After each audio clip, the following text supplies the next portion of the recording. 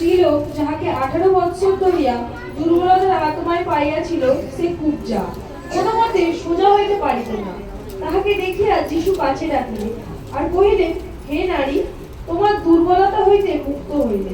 পরে তিনি তাহার উপরে হস্তাপন করিলেন, তাহাতে সে তখনই সোজা হইয়া দাঁড়াইল আর ঈশ্বরের গৌরব করিতে লাগিল। আমেন। আমেন। কোন দিনে ঈশ্বর তাকে সুস্থ করলো? শুনতে পাচ্ছি না? কোন দিন?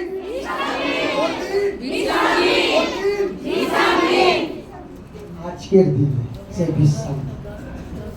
18 বছর ধরে হোলি স্পিরিট তার কাছে ঘুরে বেড়ায়নি। এক শয়তানের স্পিরিট সে ঘুরে বেড়াচ্ছিল। কেন? সে বিশ্রাম দিন জানতো না, পবিত্র করতে পালন করতো না। কারো না কারো দ্বারায় যখন শিক্ষাকে গ্রহণ করলো যে ওই নগরে একজন যাজক আসে, সেই যাজক অর্থাৎ জিসাস, আর ওই সময় নগরে যিশু নিজে তার ঈশ্বর অর্থাৎ পিতার কথাকে প্রচার করছিল। যেমন আমি আজ বেদিতে আপনাদের কাছে ঈশ্বরের কথাকে প্রচার করছি। আর সেই সময় জিসাসের কাছে এতটুকু সামর্থ্য ছিল, আর জিসাস ওই সময় প্রচার করতে করতে এক নারী আওয়াজ হলো। তখন হালেলুয়া। হ্যাঁ, মা উঠে আসো, মা উঠে আসো, উঠে আসো, উঠে আসো, ভিডিওটা হোল্ড করে রাখো।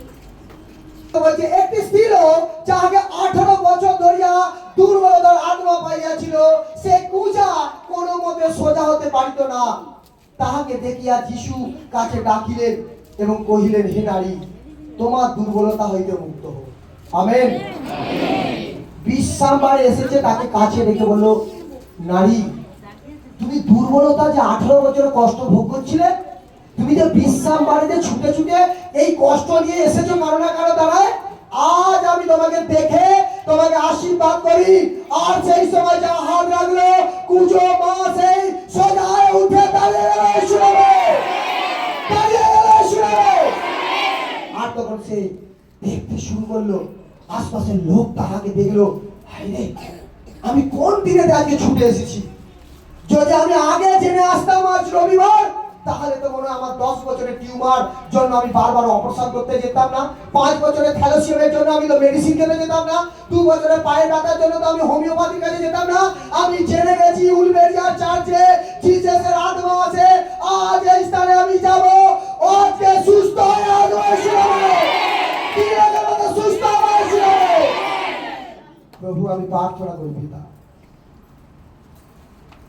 साखी वाला बाता का साथी वाला तेरे बासांदा तेरे सामा प्रभु दा क्या प्रभु